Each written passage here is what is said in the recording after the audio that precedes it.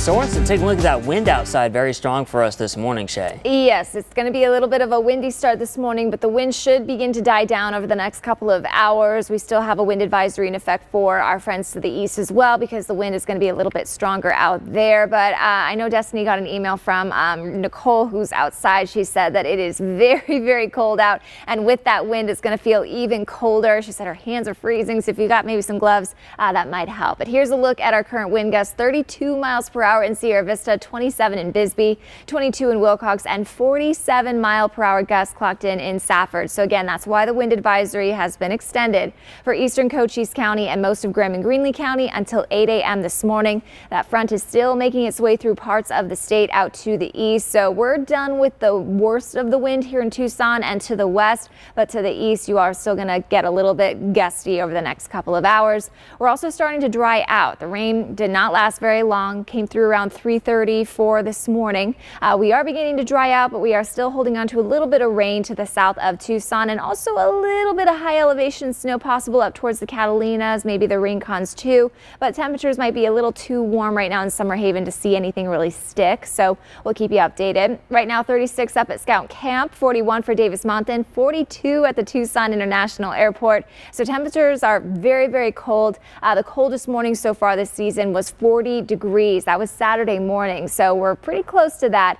We could drop into the upper 30s tomorrow morning, so tomorrow morning could be the coldest start of the season so far. So very cold air on the way. 53 right now in Pierce, 49 in Bisbee, 46 in Benson, but with that strong wind, it is feeling even colder for our friends up in Safford. 34 right now in Oracle. So for your future cast, that cold front is continuing to slide to the east. As it does so, it's really going to fizzle out. The moisture not going to hold on for our friends to the south and east. So we are not expecting a whole lot of rainfall for our friends in Cochise, Graham and Greenlee County. In fact, most of you will stay dry. As we head towards 11 a.m., the wind will really be backing off by this point. We're talking sustained wind around 10, 15 miles per hour, maybe some isolated gusts still around 20, 25 miles per hour. But for the most part, the wind will be much lighter this afternoon. We'll see tons of sunshine too, with high temps warming up into the upper 50s and low 60s. So a little bit below normal for this time of year. Pretty cold out there this afternoon, especially to the south and east in Cochise County. Temps dropping into the mid to upper 50s.